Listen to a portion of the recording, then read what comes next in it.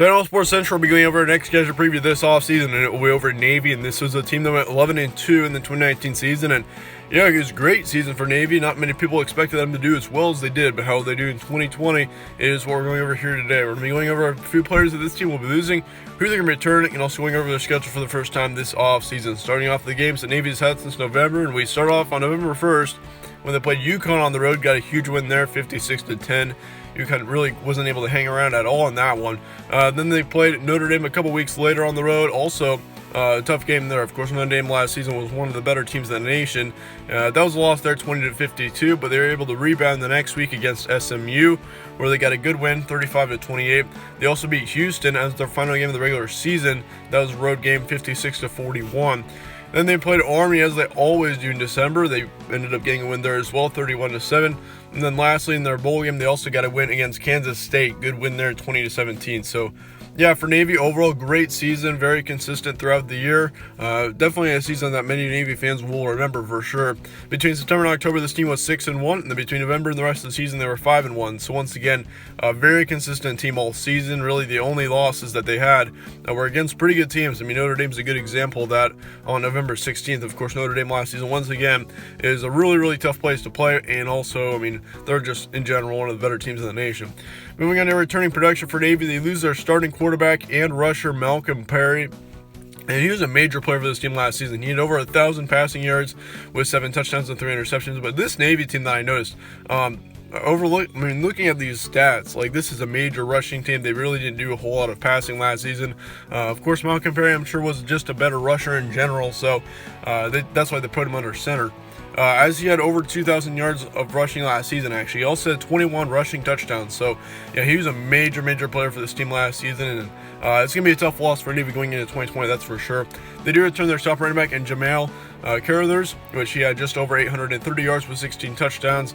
They also lose their second running back in Nelson Smith, which he had just right around 600 yards of offense last season with 7 touchdowns. So, yeah, he'll be a tough loss as well. They do return their third running back, and also their second receiver in the process, C.J. Williams, which he had 508 yards of total offense with 5 touchdowns last season. So, yeah, he's kind of split up his time, or split up his yardage as far as rushing and receiving goes. I believe he had just right around 350 rushing yards, along with a good 200 or so passing yards too. So, yeah, C.J. Williams is a good player. It'll be good to return him for sure. They do lose their fourth running back in Tess Malloy, which he had just right over 300 yards last season too. So, yeah, overall, I mean, this was a major rushing team once again last season. So losing your second, fourth, and your starting quarterback and rusher, Malcolm Perry, of course, it's going to be tough for this Navy offense next season. I think it's going to be a bit of an adjustment to try to get used to not having your main rushers in there. But at least they do return their top running back, is what I should say, Jamal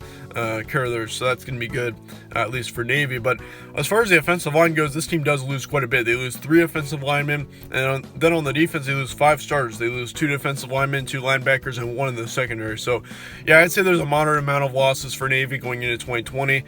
Certainly, that's something you got to be concerned about, especially this offense. I mean, this offense is losing a decent amount, so you got to watch out for that. But chances of Navy winning the AAC in 2020, certainly, I mean, they made a run for it this year. It definitely looked like they were going to have a shot possibly winning the entire conference in general, but didn't really work out this year. Will work out next year. It's really tough to say right now. I definitely think Navy's got a great team. They're definitely going to be good next season. I do expect them to contend in the AAC, but saying that they're going to win it right now would be a bit of a push for me. I don't expect Navy to be so good to the point where they're beating out like Memphis and Cincinnati and possibly even UCF. I just think Navy next season, will there be improvement? It's tough to say right now. I think they're going to stick right around where they were last season. I just don't think that's going to warrant, though, them being able to win a conference championship. But then again, once again, Navy, I do expect to be a good team going into 2020. Moving on to your schedule for 2020, start off the season on August 29th against Notre Dame. That's in a neutral location, so you kind of got a week 0 matchup there. That should be a good one there against Notre Dame. But that's going to be a tough one in general, too, so you got to watch out for that one. It's definitely a major game for both teams, too. I mean, whoever gets that win is going to be off to a really great start, no matter what schedule you've got. But, yeah, on September 12th, they got Lafayette, and they got on the 19th Tulane on the road. Then to finish off September, you got Temple. In October, you got Air Force and East Carolina to start it off. And then you got Houston and SMU to finish it off.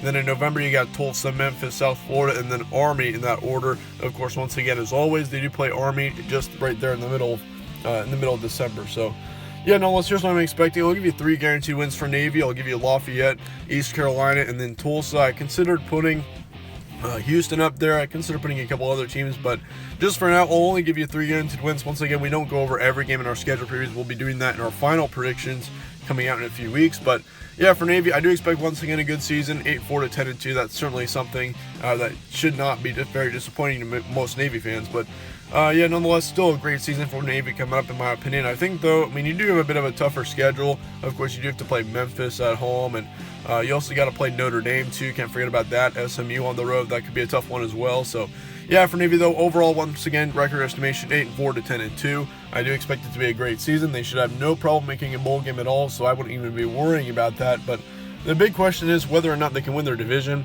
which their division's tough, but I do expect Navy to contend in that. I'm not sure if I expect them to win it, but I do expect them to contend in it, if you know what I mean. But yeah, once again, that about wraps up the schedule preview on Navy. If you enjoyed the schedule preview, be sure to slap a like on it, subscribe as well. It really helps out the channel, and I really appreciate that. But once again, thank you all for watching. Stay tuned for more from All Sports Central, and I will see you all later.